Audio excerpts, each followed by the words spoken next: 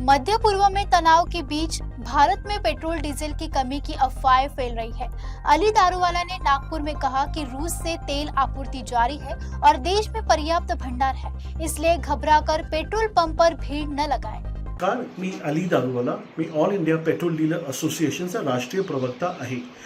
काल जे इराणवरती इस्रायल आणि अमेरिका यांनी हल्ला केला आणि त्याच्यानंतर प्रत्युत्तरामध्ये जे इराणनी कतार UAE मध्ये जे देश आहे ओमान आणि यमनवरती जे हल्ला केला, त्यामुळे अरब नेशन्समध्ये जे एक युद्धजनक परिस्थिती झालेली आहे, त्याच्या सलग भारतामध्ये पेट्रोल आणि डिझेलची टंचाई निर्माण होणार अशी लोकांमध्ये संभ्रम आहे।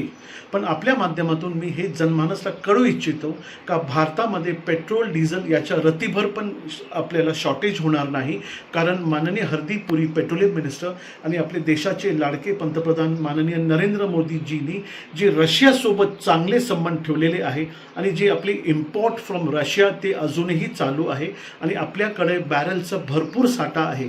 इथं कदाचित अरब नेशन्समधून कधी पेट्रोल आणि डिझेल याचं बंद पण झालं तर आपला रशियाचा जे सप्लाय चेन आहे ते अजून सुरक्षित आहे।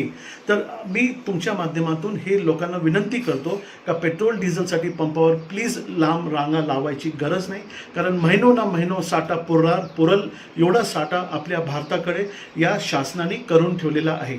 धन्यवाद।